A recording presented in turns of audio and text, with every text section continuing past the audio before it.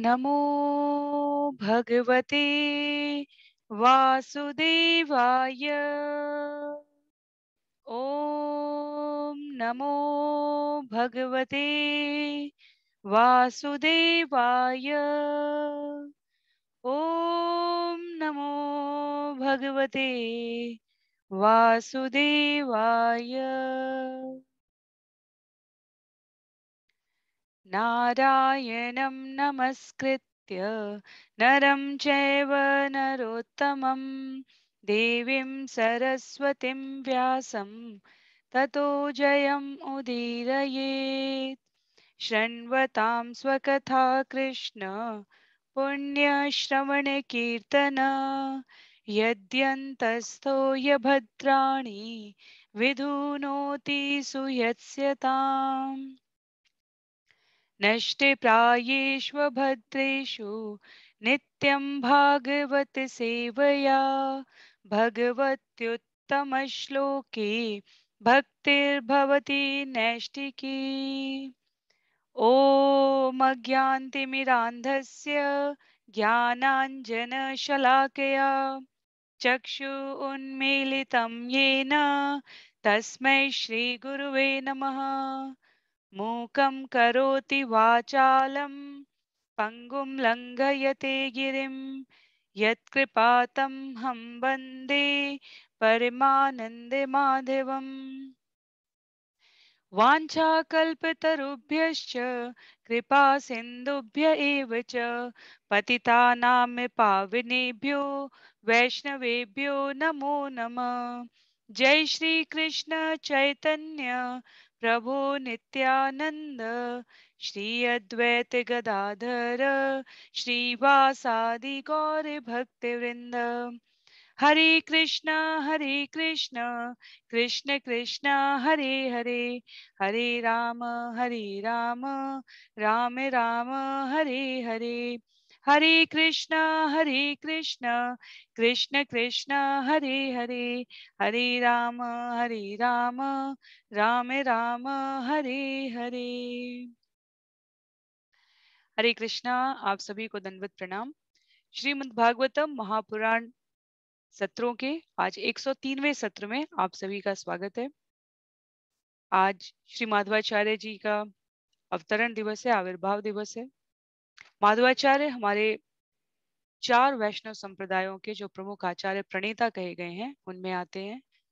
कई बार हमने ये विषय भगवत गीता और भागवतम के और अन्य सत्रों में भी आप सभी के सामने प्रस्तुत किए हैं कि किस प्रकार ये स्वयं भगवान श्री कृष्ण द्वारा स्थापित जो वैष्णव संप्रदाय हैं 4, पहला ब्रह्मा जी द्वारा उनको नियुक्त किया गया है, दूसरा श्री संप्रदाय माता लक्ष्मी, तीसरा रुद्र संप्रदाय और चौथा कुमार संप्रदाय। तो चारों संप्रदाय के जो प्रणेता आचार्य कहे जा सकते हैं उनमें हमारे माधवाचार्य जी का नाम आता है। आज उनका अवतरण दिवस है, तो श्री माधवाचार्य जी के चरणों में हम सभी अपने भगवान कृष्ण के प्रति समर्पण के प्रतिबद्धता भरे अनुनय को निवेदित करते हैं और उनसे प्रार्थना करते हैं कि भगवान श्री कृष्ण के चरणों में हमारी भक्ति विश्वास पूर्वक प्रयास पूर्वक सतत बढ़ती रहे, ऐसा उनकी तरफ से हमें अनुग्रह प्राप्त हो। तो आरंभ करते हैं श्रीमद् भागवतम के इन सत्रों में। हम सभी स्कंद 2 अध्याय 7 श्लोक संख्या 39 से आज का सत्र आरंभ करेंगे। यदि हमें स्मरण हो तो अध्याय 7 जिसका नाम है विशिष्ट कार्यों के लिए निर्दिष्ट अवतार, जिसमें 53 श्लोक हैं और हमने अभी तक 38 श्लोकों में भगवान के जो प्रमुख अवतार रूपी विस्तार हैं उनको ब्रह्मा जी के मुखारविंद से नारद मुनि के लिए जो प्रस्तुत किया जा रहा है उनके द्वारा उनके माध्यम से गुरु शिष्य परंपरा में हम सभी को ये प्राप्त हो रहा है। तो संक्षिप्त रूप से यदि हम स्मरण करें तो हमने अंतिम कुछ श्लोक जो पिछले सत्र में चर्चा किए थे वो भगवान श्री कृष्ण के और बलराम के अवतार के लिए थे। किस प्रकार अनेकों प्रकार की बाल लीलाएं जो यश सौंदर्य पराक्रम त्याग जो भगवान के 6 ऐश्वर्य भग धनवान उनसे परिपूर्ण है, कृष्ण लीला में संपूर्ण पुरुषोत्तम पूर्ण पुरुषोत्तम भगवान श्री कृष्ण ने वहां पर स्वयं को प्रकट किया है, धर्म की स्थापना के लिए, दुष्टों के संहार के लिए, और सबसे महत्वपूर्ण है भक्तों के साथ प्रेम, माधुर्य, वात्सल्य सभी प्रमुख रसों में लीलाएं प्रस्तुत करने के लिए। जैसा हम सत्रों के में करते आते हैं, पहले हम संक्षिप्त पुनरावृत्ति जो हमने अभी यहाँ पर की है, अब उसके पश्चात हम श्लोक संख्या 39 से आरंभ करेंगे। जिनके पास पुस्तक है उनसे बहुत विनम्र अनुरोध है कि आप पुस्तक का प्रयोग करें। जिनके पास नहीं है उनके लिए यहाँ स्क्रीन पर डिस्प्ले किया जाएगा।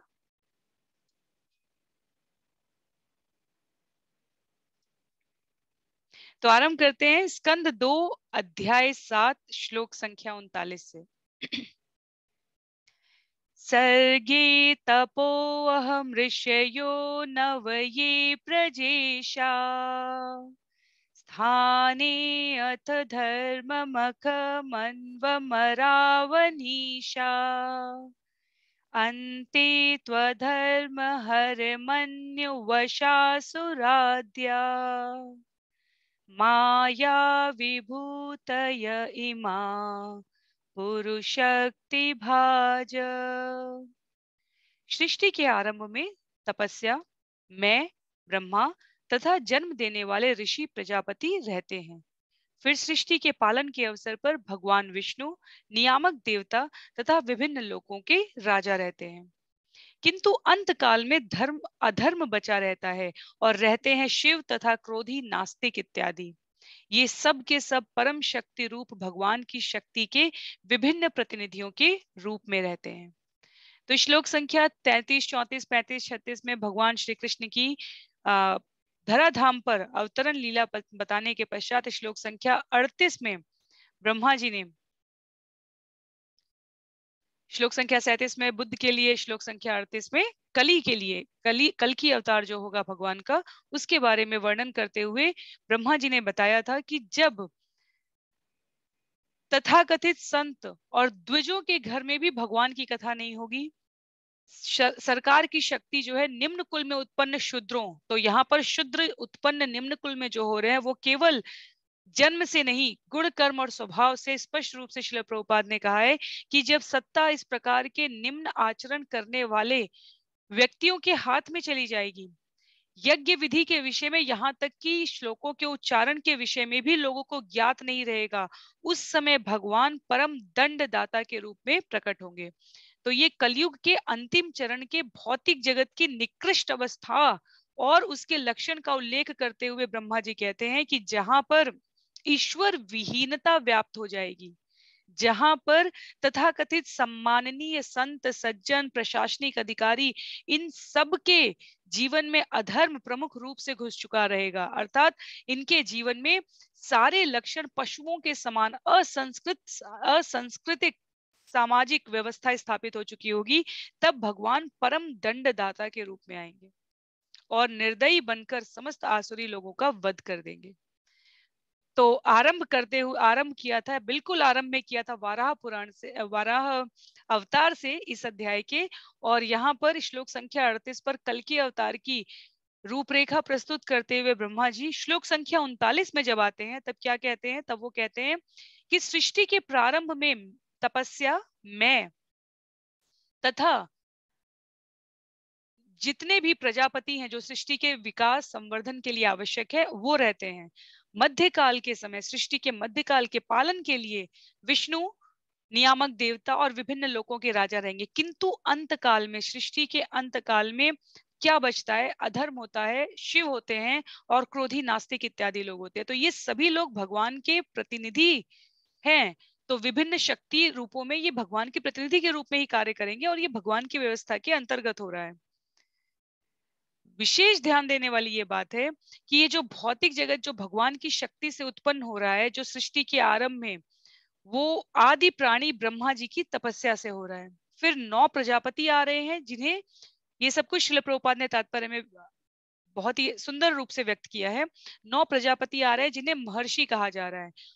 ये उत्पत्ति की बात हुई, जब पालन की बात आती है तो भगवान विष्णु की भक्ति, धर्म, विभिन्न देवता, विभिन्न लोकों के राजा, ये सब प्रकट होते हैं जिनसे विश्व का भरण पोषण होता है। और जब सृष्टि का अंत होने लगता है तो सबसे पहले अधर्म प्रकट होते हैं, उसके पश्चात क्रोधी नास्तिकों के साथ साथ शिव जी रहते ही हैं। और ये सब जितना भी हम सुन रहे हैं आरंभ से लेकर अंत के समय तक, ये भगवान के विभिन्न प्रतिनिधि हैं। तो इसीलिए जब हम भगवत गीता पढ़ते हैं हम कहते हैं ब्रह्मा विष्णु महेश ये भगवान के विभिन्न गुणों के भिन्न भिन्न अवतार हैं। विष्णु सतोगुण के हैं, ब्रह्मा रजोगुण के हैं और शिव तमोगुण के हैं। तो ये भौतिक सृष्टि जो हमें इतनी विशाल लगती है, विशाल, हमें अपना स्वयं का अस्तित्व इतना विशाल लगता है कि कई बार जो हमारे अस्तित्व का एक अंग है अहंकार, वो इतना विशाल लगता है कि बड़ी बड़ी सत्ताएं उखड़ जाएं, इस प्रकार के हमारे अंदर दंभ भाव आ चुका होता है। जबकि ब्रह्मा जी कहते हैं कि ये सृष्टि भगवान की ये ब्रह्मांड भगवान की सृष्टियों का एक बिंदु मात्र है। तो ये ब्रह्मांड के अंदर हमारी स्थिति एक बिंदु से भी छोटी है, पर फिर भी भौतिक जगत में फंसे होने के कारण ये हमें बहुत बड़ी लगने लगती है। तो यहाँ पर ब्रह्मा जी ने 3 जो क्रमिक चरण हैं, कहाँ पर ब्रह्मा जी हैं गुणावतार में, कहाँ पर विष्णु जी हैं और कहाँ पर भगवान शिव हैं, उनके बारे में नारद जी को अवगत कराया है। तत्पश्चात श्लोक संख्या 40 में कहते हैं विष्णुर्नु वीर्य गणेनाम कतमोर्हतीह यह पार्थिवान्यपि कविर्विममेरजांसि चस्कंभयः स्वरहसा स्खलता त्रिपिष्ठम् यस्मात् त्रिसाम्य सदनात् उरुकंपयानम्। भला ऐसा कौन है जो विष्णु के पराक्रम का पूरी तरह से वर्णन कर सके, यहाँ तक कि वह विज्ञानी भी जिसने ब्रह्मांड के समस्त कणों के परमाणुओं की गणना की होगी वह भी ऐसा नहीं कर सकता। वे ही एकमात्र ऐसे हैं जिन्होंने त्रिविक्रम के रूप में जब अपने पांव को बिना प्रयास के सर्वोच्च लोक सत्यलोक से भी आगे प्रकृति के 3 गुणों की साम्यावस्था तक हिलाया था, तो सारा ब्रह्मांड हिलने लगा था। तो यहाँ पर कुछ प्रमुख बिंदु कहे जा रहे हैं। सबसे पहली बात जो हमारे समझने के लिए वो ये कि ब्रह्मा जी स्वयं, उनके बारे में जब उन्होंने यहाँ अध्याय आरंभ किया है उससे पहले नारद मुनि इस प्रारंभिक श्लोकों में नारद मुनि उनकी श्रेष्ठता का वर्णन कर रहे हैं। और भगवान के भक्त होने का सबसे बड़ा गुण होता है वो ये कि स्वयं की वीरता, शूरवीरता, पराक्रम, यश, वैभव का वर्णन नहीं करता भक्त। वो दूसरे को ही चुनता है जो उसे विनम्रता में, जो उसे लगते हैं कि वो भगवान की सेवा मुझसे अधिक अच्छे कर रहे हैं।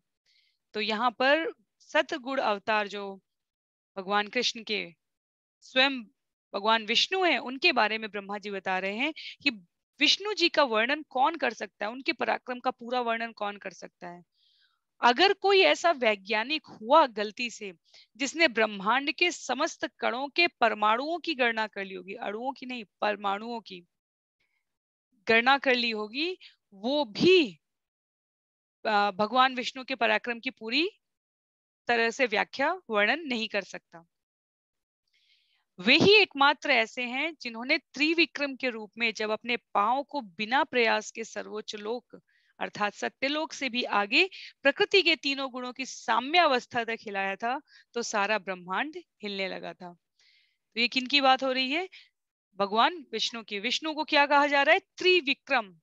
त्रिविक्रम इसलिए कहा जा रहा है क्योंकि जब वामन अवतार, जिसे हमने अभी बहुत ही निकट भूतकाल में पढ़ा इसी अध्याय में, वामन रूप में जब भगवान आते हैं तो अपने पदचाप को उन्होंने सत्यलोक से भी आगे, इस ब्रह्मांड का जो उच्चतम लोक है भौतिक जगत का सत्यलोक, उससे भी आगे फैला दिया था।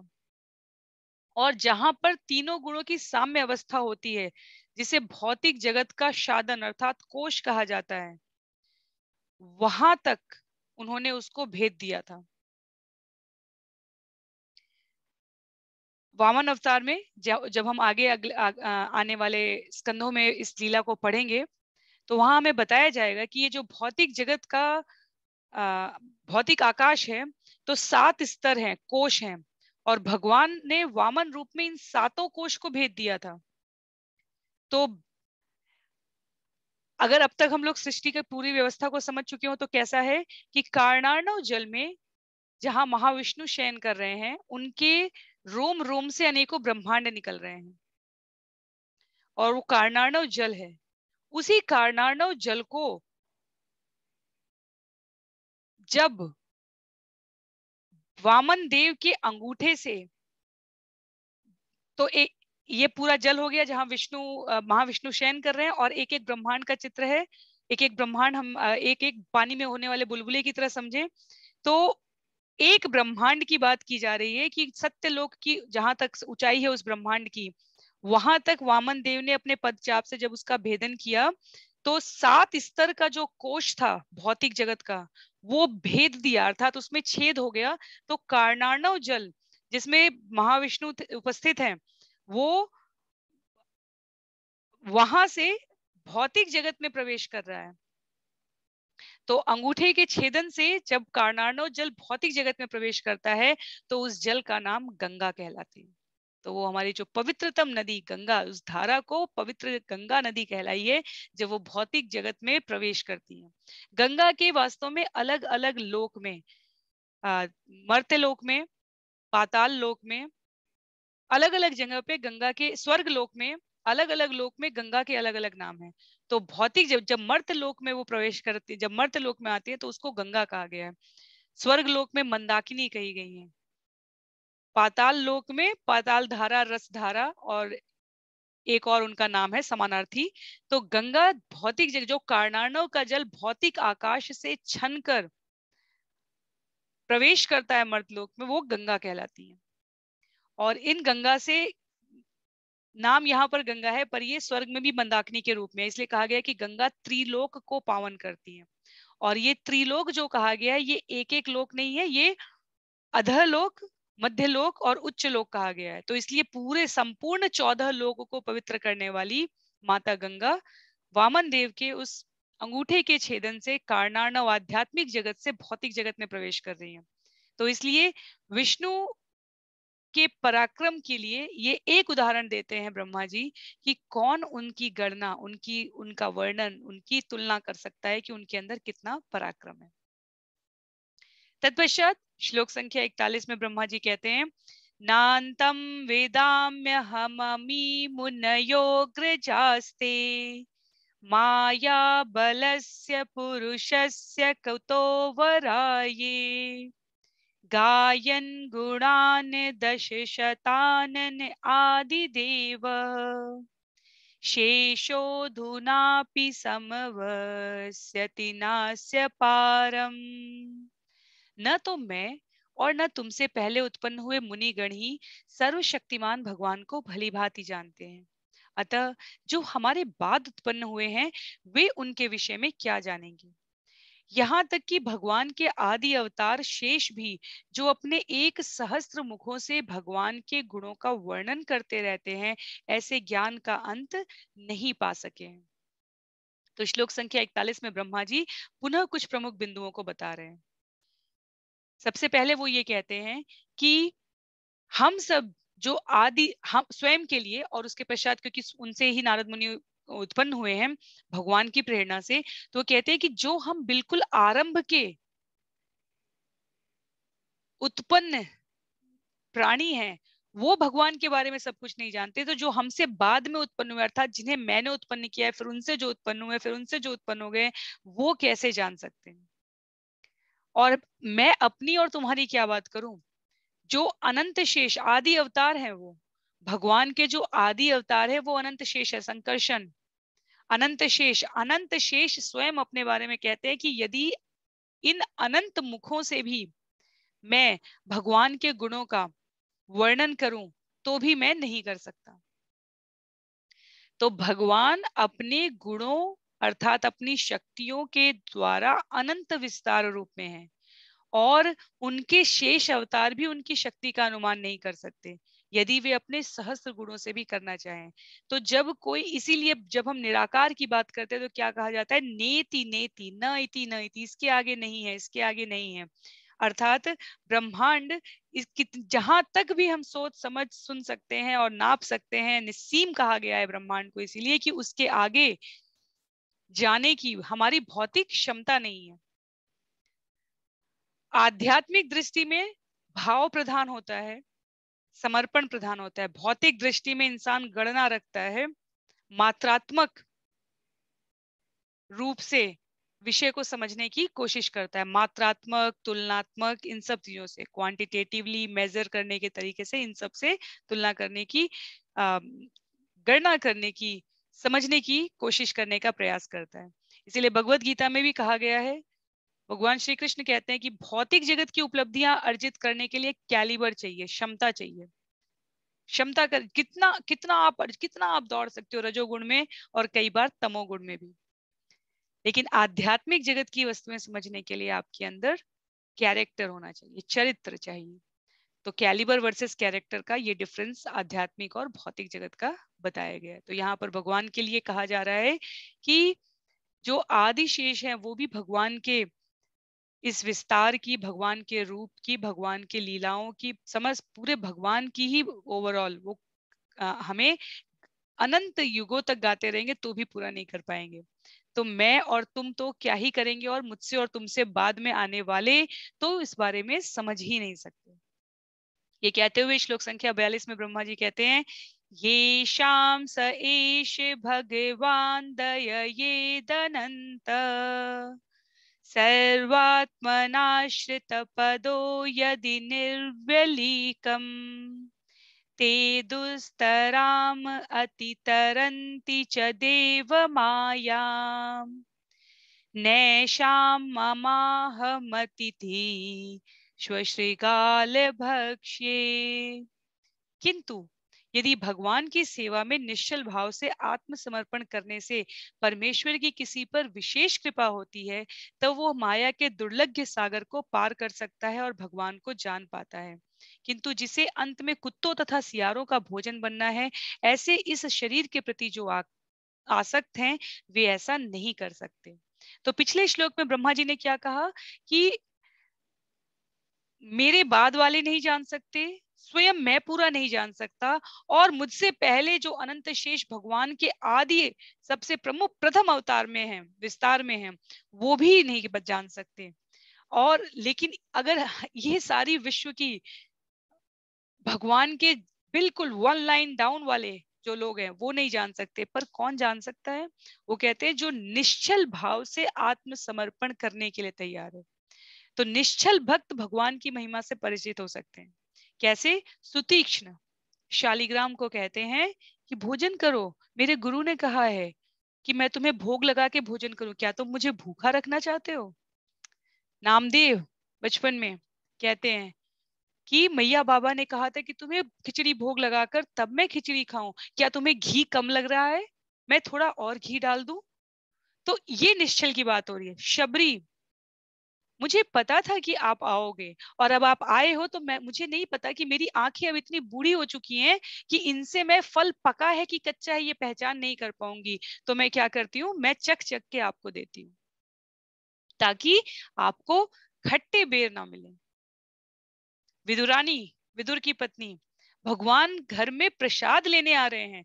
दुर्योधन के राजमहल में शांति वार्ता करने पहुंचे भगवान दुर्योधन का 56 भोग छोड़कर, जो दुर्योधन भगवान को आमंत्रण करता है आप भी मेरी तरफ आ जाओ, उसका वो 56 भोग छोड़कर कहते हैं मुझे भोजन का निमंत्रण कहीं और से है।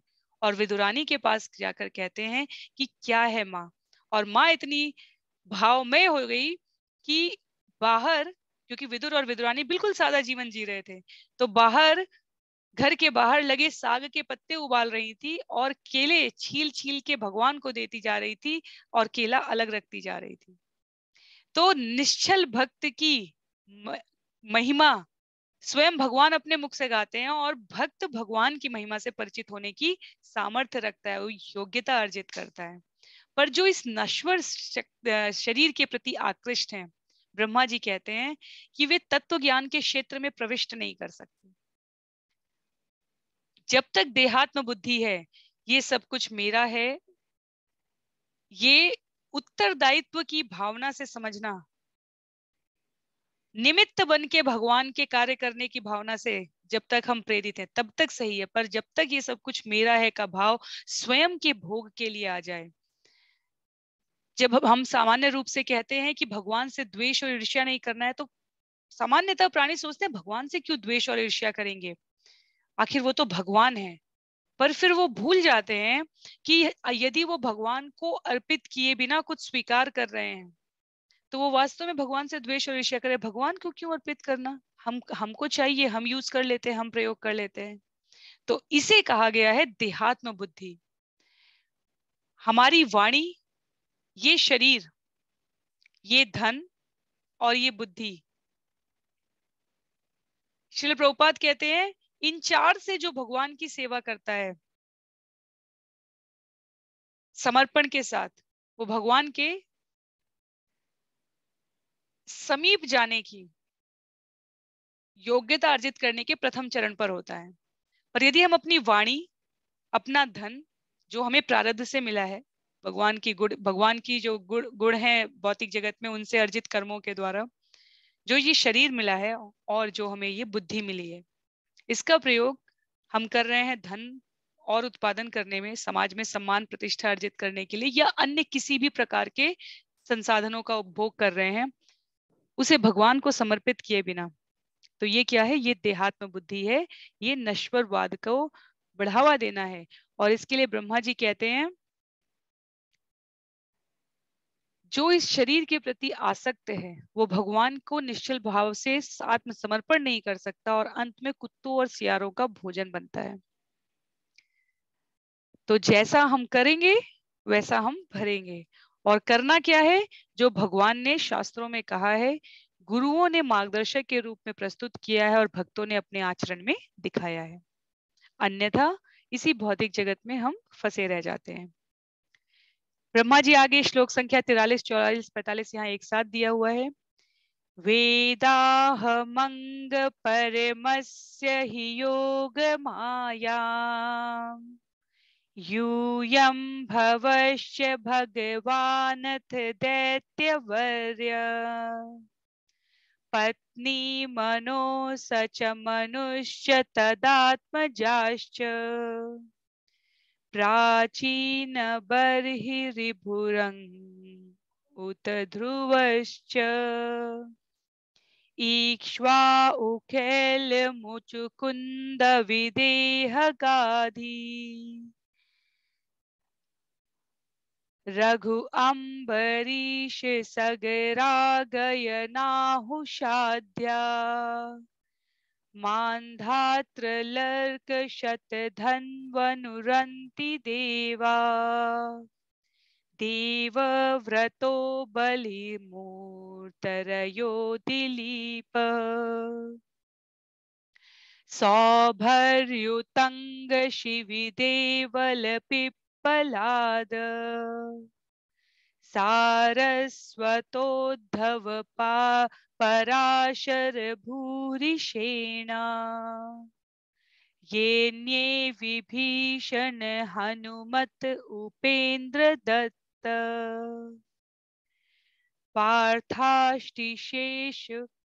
पार्थाष्टिशेण विदुर श्रुतदेव वर्या। हे नारद, यद्यपि भगवान की शक्तियां अज्ञेय तथा अपरिमेय हैं, फिर भी शरणागत जीव होने के नाते हम समझ सकते हैं कि वे योग माया की शक्तियों के द्वारा किस प्रकार कार्य करते हैं।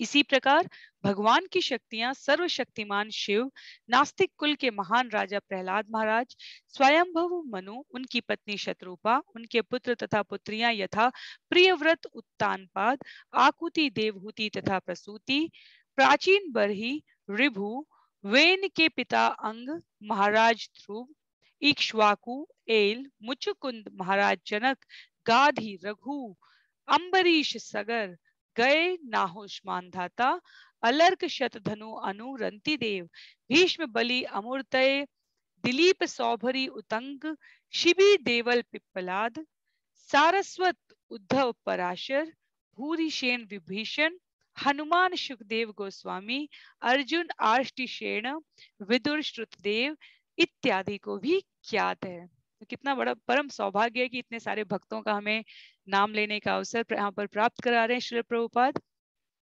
और ये ये तो अभी यहाँ पर एक बार नाम लिया गया है। आगे जब हम राजाओं की श्रृंखला पढ़ेंगे, जब क्योंकि अभी भगवान के अवतारों की लीला के पश्चात आगे के स्कंद में स्कंद 6, 7 वहां पे पूरे पूरे मौर्य वंश, कुषाण वंश, सबके राजाओं के नाम, किसके बाद किसका जन्म, किसके बाद किसका जन्म, तो हमें नाम निश्चित रूप से स्मरण नहीं रहने वाला है। पर यहाँ जिन श्लोकों, यहाँ के श्लोकों में जिनके नाम बताए गए हैं, ये कौन है? ये बहुत ही प्रसिद्ध, वो हमारे पौराणिक चरित्र हैं, जो वास्तव में जो अवतरित हुए और जिन्होंने अपने आचरण के द्वारा भगवान की भक्ति, इतना इसी जगत में रहते हुए सभी प्रकार के कर्म करते हुए, राजा मानधाता के घर में कितना भयंकर कोलाहल था। राजा मानधाता, बचपन में उनके लिए कथा आती है कि जब उनको राज्य मिलना था, उससे पहले वो 5 वर्ष के थे जब उनके चाचा के संरक्षण में उन्हें राज्य करना था। और चाचा को लगा कि यदि वो उनको मार देंगे तो वो निष्कंटक राज्य कर सकेंगे। और ताम्र पत्र पे उन्होंने लिखा था, राजा मानधाता की कथा के लिए ऐसा आता है कि राजा भोज को जब पता चला इस प्रकार कि उनके चाचा उन्हें मारेंगे, तो उन्होंने मानधाता का उद्धरण देते हुए लिखा है ताम्र पत्र पे। जब उनको मारने के लिए जंगल में अकेले लेकर गए, तो उन्होंने लिखा है संस्कृत में कि ये धरती न मानधाता के साथ गई, न शिवी राम और कृष्ण के साथ गई, लेकिन निश्चित रूप से ऐसा लगता है कि ये आपके साथ अवश्य जाएगी। कहने का अर्थ ये हुआ कि इस राज्य पर शासन करने के लिए आप इस प्रकार का कुत्सित व्यवहार करने से भी संकोच नहीं किए कि पुत्र समान मुझको आपने यूं जंगल में सैनिकों के हाथों मरने के लिए, मारने के लिए मुझे भेजा है सैनिकों के द्वारा। तो मानधाता का उदाहरण वहां उसमें दिया जाता है जहां देवता भी उनके साथ व्यवहार विनिमय में स्वयं को प्रस्तुत रखते थे, और मानधाता भी उनकी देवता और मनुष्यों की जो होते हैं ना, युद्ध में एक दूसरे का सहयोग करेंगे, उस प्रकार की बातें। तो ये यहाँ कोई भी चरित्र साधारण नहीं है। यहाँ सतयुग से लेकर त्रेता से लेकर द्वापर तक के नाम हमें देखने को मिल रहे हैं। और इनके नाम बताते हुए ब्रह्मा जी कह क्या रहे हैं? ब्रह्मा जी कह रहे हैं कि भूतकाल या वर्तमान काल में भगवान के जितने भी भक्त हुए हैं, या आगे भविष्य में जितने भी भक्त होंगे, वे सब वे सब के सब भगवान की विभिन्न शक्तियों के साथ साथ उनके नाम, गुण, लीला, व्यक्तित्व, संगी अर्थात पार्षद, इन सभी शक्तियों से अवगत रहते हैं। तो वो कैसे जानते हैं ये सब? जब नारद जी अब स्वयं के लिए कहते हैं कि मैं नहीं जान सकता सब कुछ, तुम नहीं जान सकते, अनंत शेष भी कहें तो वो भी नहीं सब कह सकते, इतना कुछ है। पर भगवान के भक्त के लिए ब्रह्मा जी कहते हैं। इसलिए भक्तों की स्थिति आध्यात्मिक जगत में उच्चतम है, उच्चतम। श्रील प्रभुपाद ने इसका उत्तर दिया था ऑस्ट्रेलिया की यूनिवर्सिटी में। बिल्कुल आरंभिक दिनों में अंतर्राष्ट्रीय कृष्ण भावनामृत संघ के उनसे प्रश्न किया गया था कि कौन है भगवान से बड़ा, कौन हो सकता है? मुझे भगवान से भी बड़ा होना है। अगर तुम कहते हो कि भगवान ये है वो है, तो मुझे भगवान से भी बड़ा होना है। तो श्री प्रभुपाद ने कहा कि I have the formula, you chant this महामंत्र, हरे कृष्णा कृष्ण कृष्ण हरे हरे, हरे राम राम राम हरे हरे। ये महामंत्र का जाप करोगे तो मेरी तरफ से तुम्हें आश्वासन, लिख कर आश्वासन देता हूं कि तुम भगवान नहीं, भगवान से बड़े बन सकते हो। तो अर्थात भगवान के भक्त बन सकते हो। भक्त और भगवान में दोनों एक दूसरे को बड़ा बनाने की होड़ में लगे रहते हैं, प्रतिस्पर्धा में लगे रहते हैं। तो वहां भी प्रतिस्पर्धा है आध्यात्मिक जगत की, पर वो प्रतिस्पर्धा शुद्ध भाव की है। तो यहाँ ब्रह्मा जी कह रहे हैं कि ये जितने भी भक्त हुए हैं और आगे जितने भी होने वाले हैं, आखिर इन्हें सब कुछ पता होता है भगवान के बारे में, तो कैसे पता होता है? इस ज्ञानेन्द्रिय, कर्मेंद्रिय, मन बुद्धि अहंकार, इसकी सीमित क्षमता से तो नहीं पहचान सकते। चाहे शारीरिक इंद्रियां हो, चाहे भौतिक सूक्ष्मदर्शी, दूरदर्शी, किसी भी प्रकार के उपकरण लगा लें, कितने भी लोगों को की गणना जाकर पुरातन साहित्य में हम करते रहे, पर अपने लघु मस्तिष्क की सीमा से परे विषयों के संबंध में हम चिंतन नहीं कर सकते। फिर भक्त को कैसे पता होता है? क्योंकि भक्त क्या करता है, भक्त भगवान के शरणागत हो जाता है। जैसे एक छोटा बच्चा, वो हो सकता है पहाड़ की चोटी पर ना पहुंचे, पर यदि उसने अपने आप को कह दिया मैया मैं नहीं चल सकता या चल सकती, शिशु, और मैया उसे गोद में ले लेती है, तो वो पहाड़ की चोटी पर भी पहुंच सकता है। तो भगवान, जब हम कहते हैं भगवान ये भौतिक जगत हमारी समझ के बाहर है, हमें सिर्फ ये बताइए कि क्या करना है, और भगवान कहते हैं मैंने तुम्हें भगवत गीता में बताया है, भागवतम में उदाहरणों के साथ बताया है, तुम्हें तो सिर्फ वो करते चले जाना है, जो मैं कहा हूं उसको पालन करते चले जाना है। तो तुम इस प्रकार इस मार्ग का अनुसरण करके, इस सत्य को अंगीकार करके, मेरे प्रति समर्पित होकर जो प्रामाणिक ज्ञान लाभ है उसके तुम अधिकारी हो जाते हो। तो इस प्रकार भगवान स्वयं पर शरणागत जीवों को योग माया की कृपा से जो हो पाते हैं, वो ऐसा कुछ भी नहीं है भगवान के विषय में जो नहीं जान पाते हैं।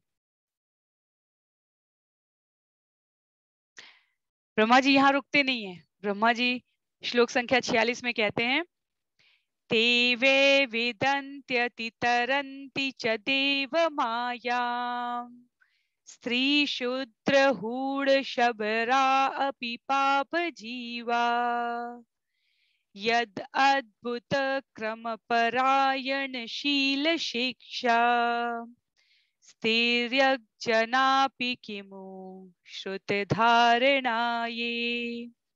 पापी जीवन बिताने वाले समुदायों में से भी शरणागत लोग जैसे स्त्री, शूद्र, हूण तथा शबर, यहाँ तक कि पशु पक्षी भी तत्व ज्ञान के विषय में जान सकते हैं। वे भगवान के शुद्ध भक्तों की शरण में जाकर तथा भक्ति पद पर उनके पद चिन्हों का अनुसरण कर माया के चंगुल से छूट जाते हैं।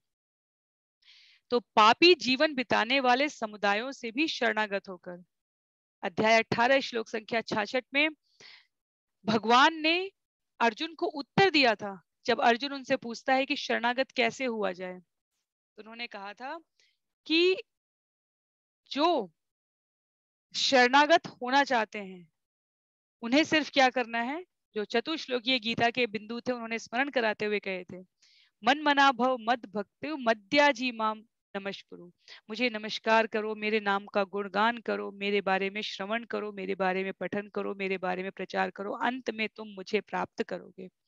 इस क्रम में जाते हुए तुम मुझे स्वीकार करोगे। विचार करके देखते हैं, क्योंकि ये भौतिक जगत आध्यात्मिक जगत से का विकृत रूप है, ये शाश्वत नहीं है, नश्वर है, और यहाँ जो सब कुछ भी हो सकता है अच्छा या बुरा, वो सब कुछ भगवत प्रेरणा से, भगवान के ऐश्वर्य से, भगवान की शक्ति से स्फुटित हो रहा है। यहाँ पर भी किसी विषय में, भौतिक जगत में के विषय में पारंगत होने के लिए हमें क्या करना होता है, अभ्यास।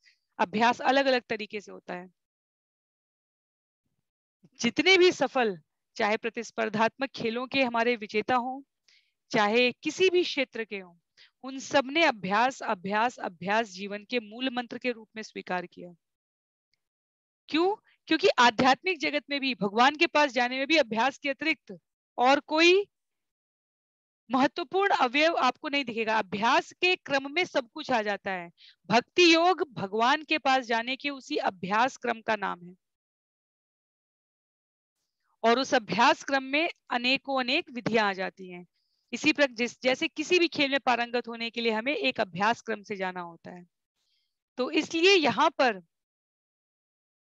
जब अर्जुन ने पूछा तो भगवान ने बताया अभ्यास करना है, किनके, नवधा भक्ति की विधियों से तुम्हें अभ्यास करना है। और यहाँ पर जब ब्रह्मा जी नारद मुनि को ये विषय स्पष्ट करा रहे हैं, तब वो कहते हैं कि कोई भी हो, यहाँ पर स्त्री को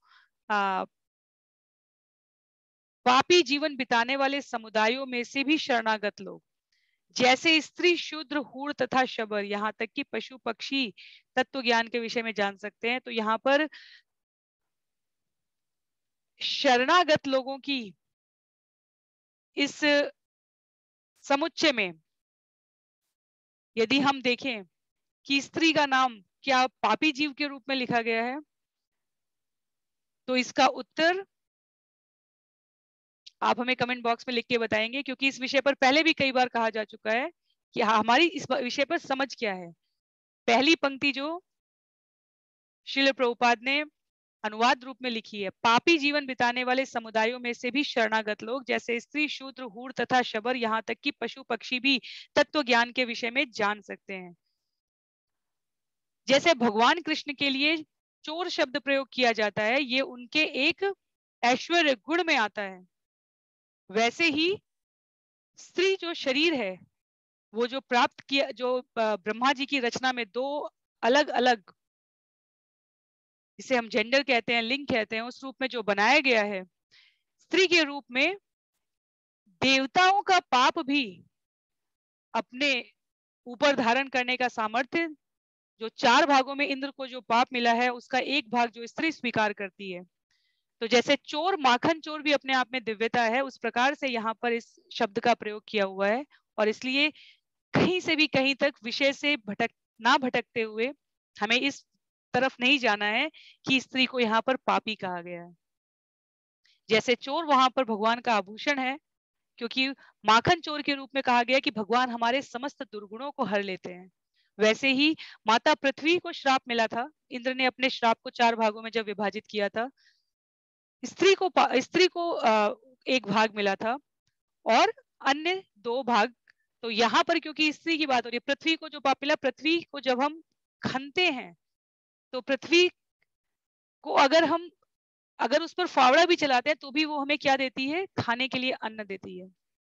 तो स्त्री को भी जो भाग मिला जिसे उसने स्वीकार किया, उससे उसने क्या किया, सृजन के लिए स्वयं को प्रस्तुत किया है। तो इसलिए यहाँ पर इस संबंध में हमें इस विषय को स्वीकार करना है। वैसे तो भौतिक जगत में पशु पक्षी स्त्री पुरुष कोई भी अपने आप को निष्पाप नहीं कह सकते, क्योंकि हम सभी क्या है, भौतिक वृत्तियों में आवृत है। पर क्योंकि ये शब्द यहाँ पर विशेष रूप से प्रयोग हुआ, तो किसी की कोई घनघोर आपत्ति नहीं होनी चाहिए इस पर। हमें पूरे विस्तृत संदर्भ के साथ इस विषय को समझना है। ब्रह्मा जी यहाँ पर कहते हैं कि भगवान के शुद्ध भक्तों की शरण में जाकर और भक्ति पथ पर पद चिन्हों का अनुसरण करके सभी लोग माया के चंगुल से छूट सकते हैं, चाहे वो पशु पक्षी या जो भी यहाँ पर समुदाय बताए उन सभी का नाम लेते हुए, हूर शबर जो कि आखेट करते हैं, कबीली जाति को, भील लोगों को कहा गया है कि सभी के लिए जिन्होंने इस प्रकार का पाप भी किया है। श्रील प्रभुपाद ने भी कहा था कि यहाँ तक कि चांडाल भी यदि, जिसका कार्य ही, कसाई भी यदि जिसका काम ही केवल मृत शरीर या पशुओं को काटने और इनसे संबंध है, यदि वो भी भगवान का नाम जप करना शुरू कर देता है तो उसका भी उद्धार होने की प्रक्रिया का क्रमिक विकास आरंभ हो जाता है। ब्रह्मा जी ये स्पष्ट इस पूरी विविधता के साथ स्पष्ट करते हुए अगले श्लोक में कहते हैं, शश्वत प्रशांतम अभयम प्रतिबोध मात्रम शुद्धम समम सदसतः परमात्म तत्वम शब्दो न यत्र पुरुकारकवान क्रियार्थो माया परत्यभिमुखे च विलज्यमाना तद्वै पदं भगवतः परमस्य पुंसो ब्रह्मोति यद्विदुर्जस्त सुखम विशोकम। पर ब्रह्म के रूप में जिसकी अनुभूति की जाती है वह शोक रहित असीम आनंद से युक्त है। यह निश्चय ही परम भोक्ता भगवान की अनंतिम अवस्था है। वह शाश्वत रूप से सारे विघ्नों से रहित तथा निर्भय है। वह पदार्थ नहीं अपितु पूर्ण परिपूर्ण चेतना है। वह संदूषण मुक्त है, भेद रहित है और समस्त कारणों तथा कार्यों का आदि कारण है, जिसमें सकाम कर्मों के लिए न तो यज्ञ करना होता है और न जिसके सामने माया ठहरती है। भगवत गीता में भगवान कृष्ण कहते हैं, मुझे कोई कर्म करने की आवश्यकता नहीं है, फिर भी मैं समस्त कार्यों को, जब मैं मनुष्य रूप में प्रस्तुत होता हूँ तो समस्त कार्यों को करके दिखाता हूँ। क्यों? क्योंकि यद यद आचरति श्रेष्ठ, जैसा जैसा महान पुरुष आचरण करते हैं तत् तत् वैसा वैसा सामान्य जनता अनुसरण करती है, अनुकरण करने के लिए उदाहरण प्रस्तुत करती है। तो सकाम कर्म के यज्ञ या माया के अंतर्गत किए गए काम परब्रह्म की परम अनुभूति करने वाले व्यक्ति के लिए किसी विशेष प्रकार के प्रयोजन युक्त नहीं रह जाते हैं, उसे करने की आवश्यकता ही नहीं होती। क्यों? क्योंकि वो समस्त कारणों के कारण परम भोक्ता भगवान के परम आश्रय में स्वयं को रखता है। और यहाँ पर पर ब्रह्म परम आश्रय की विशेषता का वर्णन करते हुए ब्रह्मा जी कहते हैं कि वह शोक रहित असीम आनंद से युक्त है। परम भोक्ता भगवान ने स्वयं को अध्याय 5 श्लोक संख्या 29 में कहा है। बार बार कुछ प्रमुख श्लोकों का उदाहरण इसलिए दिया जाता है ताकि कुछ नहीं से कुछ जो बिंदु हैं वो निश्चित रूप से हमारी मति में दृढ़ रहें, ताकि माया के झोंकों से इधर उधर लड़खड़ाने की जगह हम अपने विवेक का, बुद्धि का प्रयोग करके उन बिंदुओं को तुरंत स्मरण कर सकें। तो पर ब्रह्म जो यहाँ पर कहे गए हैं असीम आनंद से युक्त, जैसे भौतिक जगत एक अभिव्यक्ति है, सूर्य की किरणें सूर्य के का भाग होते हुए भी संपूर्ण सूर्य का प्रतिनिधित्व नहीं करती हैं। सूर्य का गोला सूर्य का भाग होते हुए भी संपूर्ण सूर्य का प्रतिनिधित्व नहीं करते हैं। संपूर्ण सूर्य अपने आप में स्वयं सूर्यलोक में जो सशरीर व्यक्तित्व है वो है, और उनका पूरा लोक, पूरा साम्राज्य।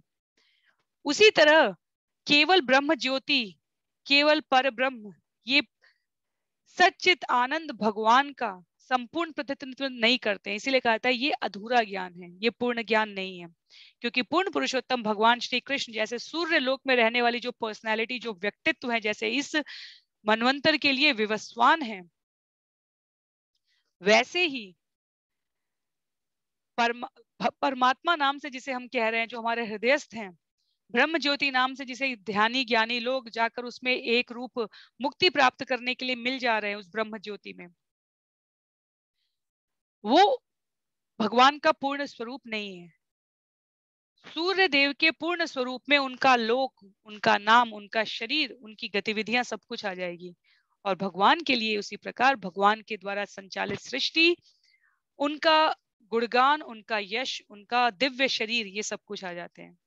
तो इसलिए ब्रह्मा जी यहाँ पर कह रहे हैं कि प्रतिबोध मात्र जो सांसारिक अनुभूति है हमारी, वो अपने आप में सर्वश्रेष्ठ नहीं है।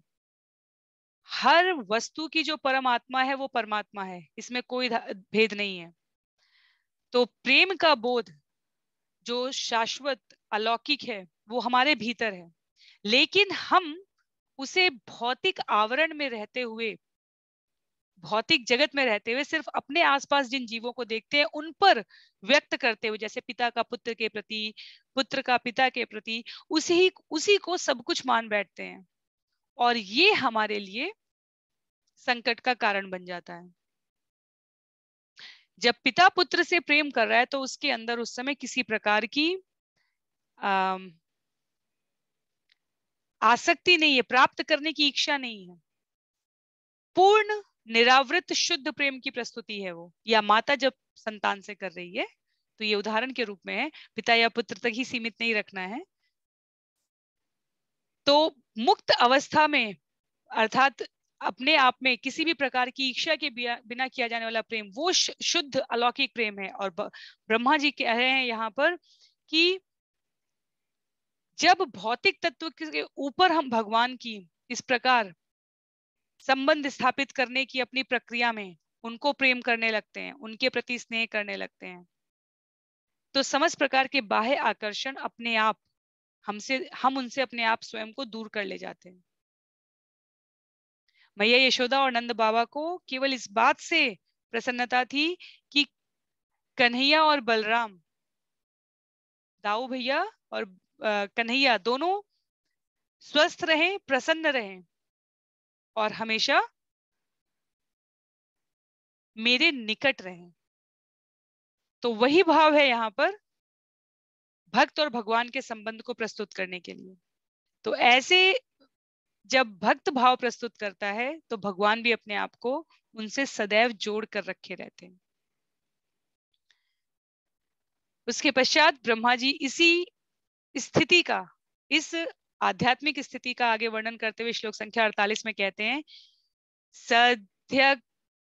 सद्र यक सद्र्यं नियम्य सद्र्यं नियम्य यतयो यमकर्त हेतिम जह्युस्वराडिव निपान खन्नित्रमिंद्र। ऐसी दिव्य अवस्था में ज्ञानियों तथा योगियों द्वारा ना तो कृत्रिम रीति से मन को वश में करने की, ना ही कल्पना या चिंतन की आवश्यकता रहती है। मनुष्य ऐसी विधियों को उसी प्रकार त्याग देता है जैसे जिस प्रकार स्वर्ग का राजा इंद्र कुआं खोदने का कष्ट नहीं उठाता। बहुत ही दो पंक्ति का है, लेकिन बहुत ही महत्वपूर्ण बात यहाँ पर ब्रह्मा जी ने बता दी। दिव्य अवस्था में ज्ञानियों तथा योगियों द्वारा ना तो कृत्रिम रीति से मन को वश में करने की, ना ही कल्पना या चिंतन की आवश्यकता रहती है। मनुष्य ऐसी विधियों को उसी प्रकार त्याग देता है जिस प्रकार स्वर्ग का राजा इंद्र कुआं खोदने का कष्ट नहीं उठाता। तो पहले भाग को समझ लेते हैं।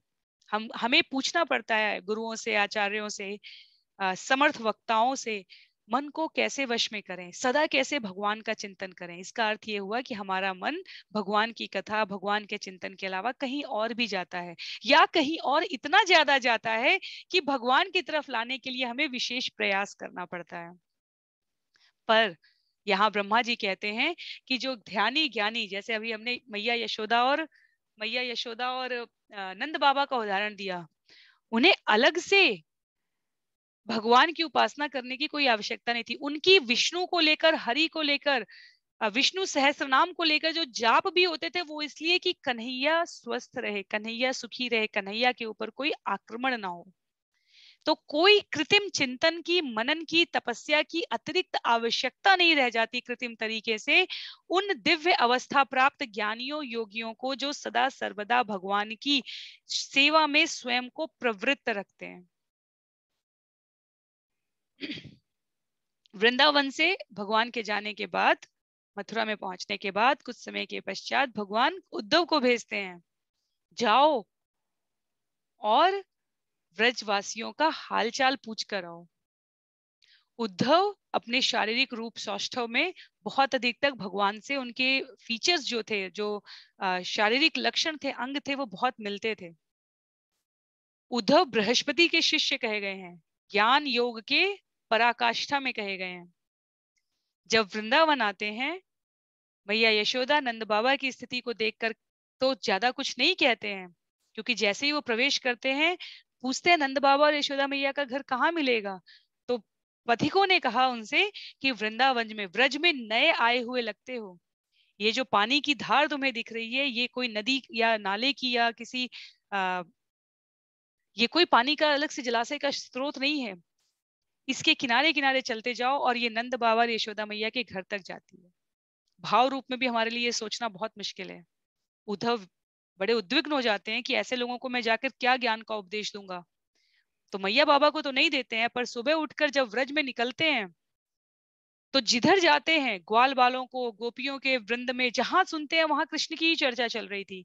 सब अपना अपना काम कर रहे थे और कृष्ण के बारे में बात कर रहे थे। कृष्ण ऐसे, कृष्ण वैसे, कन्हैया था तो वैसे, उस प्रकार हमें बचाया था, यहाँ अरिष्टासुर आया था, देखो इतना बड़ा छेद हो गया था, गड्ढा हो गया था, यहाँ पर वो पुल बनाया था गोपियों के लिए, जिससे कि व्रज की दूरी कम हो जाए, उन्हें दधी माखन एक जगह से दूसरे जगह ले जाने में अतिरिक्त श्रम की आवश्यकता ना हो। यहाँ कन्हैया ने मोती वाले पुष्प प्रस्तुत किए थे।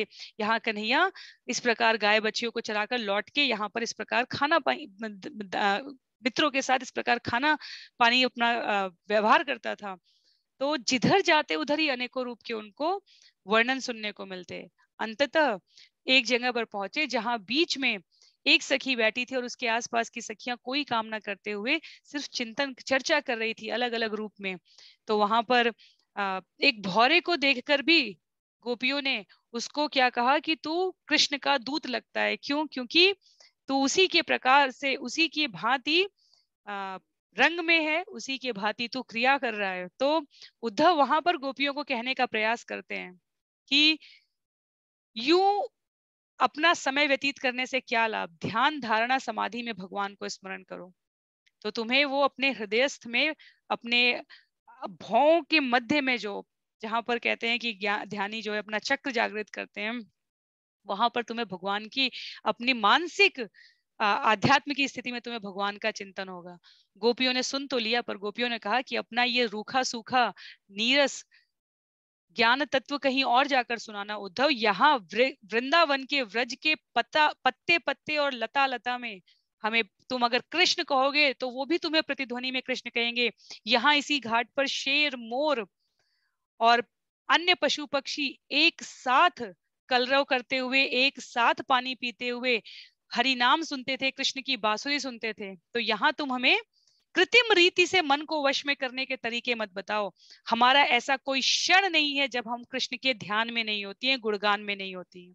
तो कहने का जो तात्पर्य यहाँ पर प्रस्तुत किया है ब्रह्मा जी ने, वो ये कि जिनका दिव्य बोध कमजोर होता है, वो ये सोचेंगे कि ये काम तो मैं अपने लिए कर रहा हूँ, भौतिक जगत का, ये परिवार तो मैं पालन कर रहा हूँ, ये रोजगार तो मैं इसके लिए कर रहा हूँ, मेरी वजह से इतने लोगों को नौकरी प्राप्त है या धन प्राप्त हो रहा है, मैं ना करूं तो कैसे होगा। ये दिव्य बोध से जो वंचित हैं, ऐसे लोग ऐसा व्यवहार करते हैं। जो अपने जीवन को मनुष्य रूप में जो दुर्लभ योनि प्राप्त हुई है उसमें जीवन जीते हुए नवधा भक्ति के माध्यम से महाराज अम्बरीश का उदाहरण लेते हुए, जनक महाराज का उदाहरण लेते हुए, स्वयं भगवान मनुष्य रूप में आकर किस प्रकार धर्म में प्रवृत्त रहते हैं उसका उदाहरण लेते हुए व्यवहार करते हैं। उन्हें अलग से किसी काल्पनिक, किसी वास्तविक परम सत्ता के चिंतन करने की आवश्यकता ही नहीं होती है। इसीलिए कहा गया भक्ति बहुत सरल है, सहज है और व्यवहारिक है। तो ब्रह्मा जी यहाँ पर उस दिव्य बोध की बात कह रहे हैं कि भगवत भक्ति में लगे रहने वाला जीव का चित्त शुद्ध हो चुका होता है, इसलिए उसके कर्म भी किसी प्रकार के दोषों से मुक्त होते हैं, और जो कुछ भी ध्यान धारणा से चिंतन करने से फल प्राप्त होता है वो शुद्ध भक्त स्वतः ही प्राप्त कर चुका होता है। तत्पश्चात ब्रह्मा जी श्लोक संख्या 49 में इस प्रकार के शुद्ध चिंतन का परिणाम क्या प्राप्त होता है वो बताते हैं। सश्रेयसामपि विभुर्भगवान् यतोस्य भाव स्वभाव विहितस्य सत प्रसिद्धि देहे स्वधातु विगमे अनुविशीर्यमाणे व्योमेव तत्र पुरुषो न विशीर्यतेज। जो कुछ भी कल्याणकर है उसके परम स्वामी भगवान है, क्योंकि जीवात्मा जो भी कर्म करता है चाहे वे भौतिक अथवा आध्यात्मिक अवस्था में किए जाएं, सबका फल देने वाले भगवान हैं। इस प्रकार वह परम उपकारी हैं। प्रत्येक जीवात्मा अजन्मा है, अतः इस भौतिक तत्वमय शरीर के विनष्ट होने के बाद भी यह शरीर उसी प्रकार बना रहता है जिस प्रकार शरीर के भीतर वायु रह जाती है।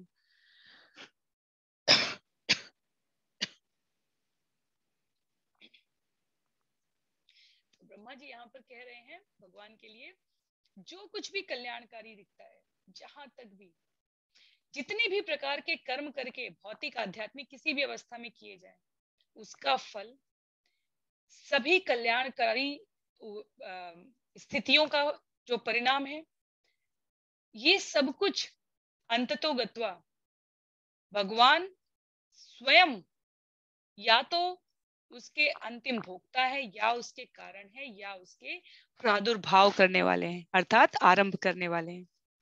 और जब हम भगवान की बात कर रहे हैं तो जो जीव है वो भी भगवान से निकला हुआ अंश है, part and parcel of Krishna, भगवान के से का एक अंश है।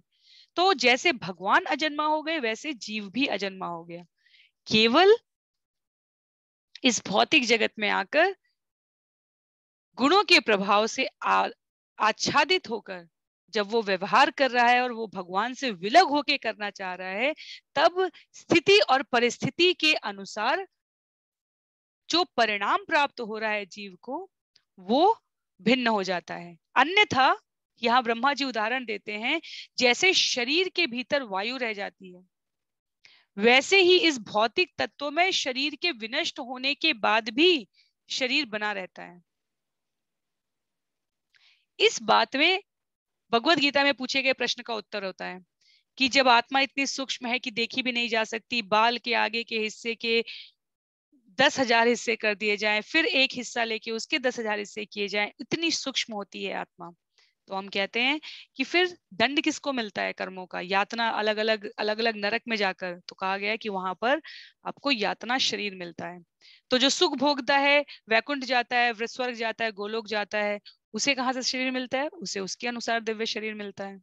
तो इसीलिए कहा गया कि अजन्मा, जीव भी अजन्मा है, भगवान भी अजन्मा है। लेकिन जीव भगवान नहीं है, भगवान की पानी की एक बूंद महासागर नहीं है, वैसे ही जीव भगवान नहीं है। पर यदि पानी की एक बूंद स्वयं को महासागर से अलग कर देगी तो वो निश्चित रूप से कहीं सूख जाएगी, तो भी वो अंततो गत्वा, भूमि द्वारा अवशोषित होने के बाद, फिर वर्षा ऋतु के द्वारा, जिस भी तरीके से कहिए, अंततो गत्वा वो महासागर में ही जाएगी। पर उसमें उसके आनंद की बात नहीं है।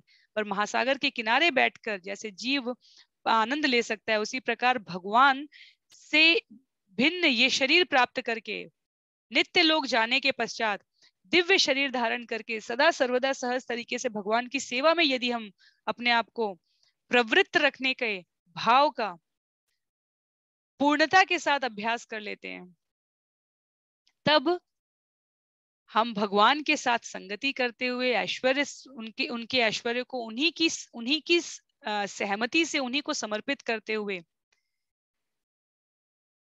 आध्यात्मिक शरीर धारण करके सदा उन भगवान के पास रहते हैं, जिनके बारे में हम भौतिक जगत में रहते हुए सिर्फ कल्पना करते हैं या अनेकों प्रकार की अवधारणाएं प्रस्तुत करने का प्रयास करते हैं।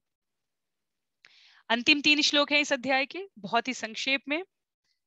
इतना सब कुछ बताने के बाद ब्रह्मा जी श्लोक संख्या 50 में कहते हैं, सो अयम ते अभिहितास्तात भगवान विश्व भावना समासेन हरेणान्यत् अन्यस्मात् सद सच्चयत्।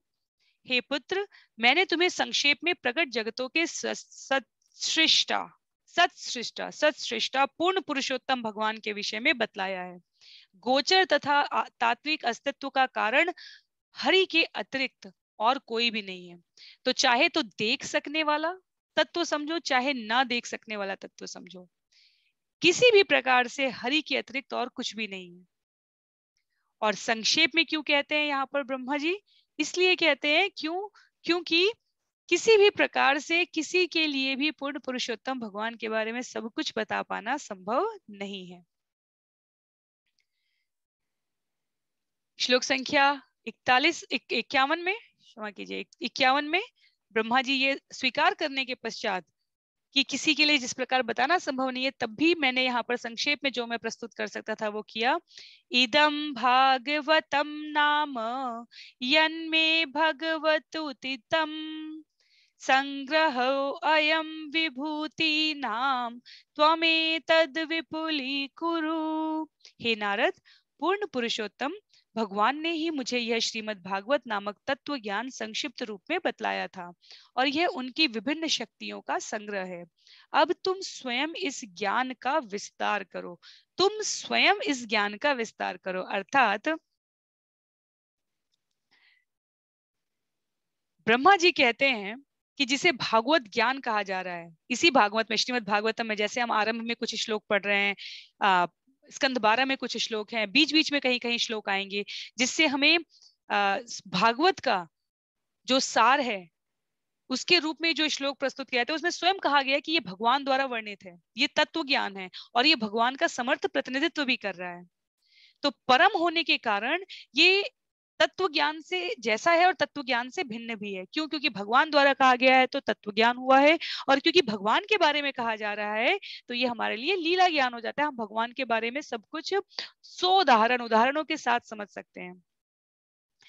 और ब्रह्मा जी से प्राप्त होने के बाद नारद जी को, ब्रह्मा जी कह रहे हैं, ब्रह्मा जी को भगवान से प्राप्त होने के बाद ब्रह्मा जी नारद मुनि को कहते हैं कि अब आप इसे आगे विस्तार करो। तो नारद जी ने किनको चुना था विस्तार करने के लिए? वो व्यास देव के पास जाते हैं और कहते हैं इतना सब कुछ लिख लिया और प्रसन्नता नहीं है, मन अभी भी शुद्ध है कि उन्मुक्त भाव से भगवान का वर्णन नहीं कर सके।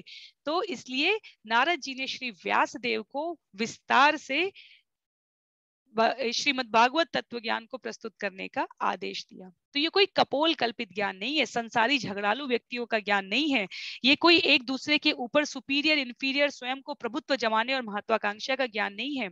ये ज्ञान भगवान से ब्रह्मा, ब्रह्मा से नारद, नारद से व्यासदेव, व्यासदेव से सुखदेव, सुखदेव गोस्वामी से सूत गोस्वामी की श्रृंखला में चली आ रही शिष्य परंपरा में भगवान के प्रामाणिक प्रतिनिधियों द्वारा प्रस्तुत किया गया है। और इन्हीं प्रामाणिक प्रतिनिधियों के सानिध्य में, संरक्षण में रहकर हमें प्राप्त करना चाहिए। तो आप बैकग्राउंड में जिस चित्र को आज देख रहे हैं, आज जिन माधवाचार्य जी की इतना इतना इतना दिव्य दिवस है और यहाँ जो इतने दिव्य कथा चल रही है, ये सब कुछ आपस में तंतुबद्ध है, ये सब कुछ बंधा हुआ है। तो ज्ञान परंपरा में आ रहा है। यहाँ ब्रह्मा जी इस अध्याय की लगभग समाप्ति पर अब नारद जी को कह रहे हैं कि तुम इसे विस्तार करो, और नारद जी से व्यासदेव को कह रहे हैं, और वहां से हम सभी सुन रहे हैं। तो अंतिम 2 श्लोक है जिसमें ब्रह्मा जी कहते हैं, यथा हरो भगवती नृणाम भक्तिर्भविष्यति सर्वात्मन्यखिलाधारे इति संकल्प्य वर्णय। तुम इस भगवत ज्ञान का संकल्प पूर्वक इस विधि से वर्णन करो, जिससे कि सभी मनुष्य प्रत्येक जीव के परमात्मा तथा समस्त शक्तियों के आधार स्वरूप भगवान हरि के प्रति दिव्य भक्ति उत्पन्न कर सकें। तो श्रीमद् भागवत की ये भक्ति, पूर्ण पुरुषोत्तम भगवान के साथ मनुष्य का संबंध, ये सब कुछ वैज्ञानिक पद्धति से, विज्ञान, जहाँ ज्ञान का प्रयोग किया जा सके उसे विज्ञान कहा जाता है। तो ये विज्ञान पूर्वक विज्ञान के तथ्यों के तरह जो प्रस्तुति का ये दर्शन है, ये कलयुग के जीवों को और किसी अन्य अतिरिक्त ज्ञान ग्रंथ की आवश्यकता ना हो, इसलिए प्रस्तुत किया गया है। तो यदि हम इस परिप्रेक्ष्य में श्रीमद् भागवत को देखें तो ये वास्तव में दीपक का कार्य करता है, ऐसा श्रील प्रभुपाद तात्पर्य में लिखते हैं। और वो कहते हैं कि जो श्रीमद् भागवतम के महान ज्ञान की शरण लेते हैं, वो अंत में निश्चित रूप से इस दुखमय संसार से छुटकारा पाने की योग्यता अर्जित करते हैं, और उनके जीवन में अंततः वो सफलता भी प्राप्त कर लेते हैं। ब्रह्मा जी कहते हैं अध्याय 7 श्लोक संख्या 53 के श्लोक में, अंतिम श्लोक, मायाम वर्णयतो मनुष्य, क्षमा कीजिए, मायाम वर्णयत अमुष्य ईश्वरस्यानुमोदत शृण्वत श्रद्धया नित्यं माययात्मानमुह्यति। विभिन्न शक्तियों से संबंधित भगवान के कार्यकलापों का वर्णन, उनकी प्रशंसा तथा उनका श्रवण परमेश्वर की शिक्षाओं के अनुसार होना चाहिए। यदि नियमित रूप से श्रद्धा तथा सम्मान पूर्वक ऐसा किया जाता है तो मनुष्य निश्चित रूप से भगवान की माया से उबर जाता है। तो भगवान ने जेल खाना बनाया अवश्य है, पर यह नहीं कहा है कि अपराधियों को सदा सर्वदा उसमें निवास करना है। उसी प्रकार ये भौतिक जगत बना अवश्य है, पर भगवान कहीं नहीं कहते। भगवान क्या है? भगवान सदैव प्रतीक्षा कर रहे हैं जीव की, कि यदि मेरे द्वारा, मेरे बारे में ज्ञान मेरे द्वारा दी गई शिक्षाओं के अनुसार प्राप्त करके नियमित रूप से श्रद्धा और सम्मान पूर्वक उनका अनुसरण करोगे तो क्या होगा? इस भौतिक जगत की जो माया है भगवान की, उसके चक्कर से हम निकल जाएंगे। हमारे पास बहुत सारे उदाहरण हैं हम सबके जीवन में, जहां हमने देखा है कि जब हम अपने केंद्र में भगवान को स्थिर रखकर सारे कार्यों को, पूरे जीवन की दिनचर्या को उनकी प्रसन्नता के हिसाब से संचालित करने का प्रयास करते हैं, तो हमें क्षोभ नहीं होता, हमें हताशा नहीं होती, हमें प्रायश्चित नहीं करना होता, हमारे जीवन में द्वंद्व नहीं होता, और हमारे जीवन में परम संतोष के साथ आत्म साक्षात करने की योग्यता विकसित हो जाती है। तो इस प्रकार से ये अध्याय 7 यहाँ पर समाप्त होता है। श्रील प्रभुपाद लिखते हैं, श्रीमद् भागवतम, इस प्रकार श्रीमद् भागवत के द्वितीय स्कंद के अंतर्गत विशिष्ट कार्यों के लिए निर्दिष्ट अवतार नामक 7वें अध्याय के भक्ति वेदांत तात्पर्य पूर्ण हुए। भक्ति वेदांत तात्पर्य तो गुरु शिष्य परंपरा में प्राप्त ये तात्पर्य यहाँ पर पूर्ण हुए अध्याय 7 में। अध्याय 8 राजा परीक्षित द्वारा पूछे गए प्रश्न। तो राजा परीक्षित के प्रश्नों को, क्योंकि शौनक ऋषि कथा सुनना चाहते हैं और सूत गोस्वामी जितना पूछा जाए श्रोता उसको संतुष्ट करते हुए भगवान की प्रसन्नता के लिए उतना ही कहेंगे वक्ता के रूप में। तो इसलिए अभी उन्होंने परीक्षित ने क्या प्रश्न पूछा था, तो वहां से उन्होंने बताया सुखदेव गोस्वामी का, सुखदेव गोस्वामी से उन्होंने ब्रह्मा जी का विषय आया। अब वापस अध्याय का नाम हो गया राजा परीक्षित द्वारा पूछे गए प्रश्न। तो हम लोग अगले सत्रों में देखेंगे कि इस अध्याय में क्या विषय है और हम उसे किस प्रकार से समझ सकते हैं। तो आज के सत्र को यहीं पर हम समाप्त करते हैं। आप सभी से अनुरोध रहेगा परम वैष्णव मध्वाचार्य जी के सम्मान में, उनकी प्रसन्नता के लिए जितना हो सके उतना हरिनाम जप करने का आज हम प्रयास करें। हरे कृष्ण कृष्ण कृष्ण हरे हरे, हरे राम राम राम हरे हरे। तो निश्चित रूप से गुरु शिष्य इस परंपरा के क्रमिक ऊर्ध्वगमन में यदि हम देखें तो हमें भगवत प्राप्ति होने की जो स्थिति है, हमारा जो केस है वो स्ट्रांग हो जाएगा, वो मजबूत हो जाएगा। तो आप सभी को दंडवत प्रणाम। सत्र को यहीं पर समाप्त करते हैं। श्रील प्रभुपाद की जय, श्रील गुरुदेव की जय, अनंत कोटि वैष्णव वृंद की जय। हरे कृष्णा।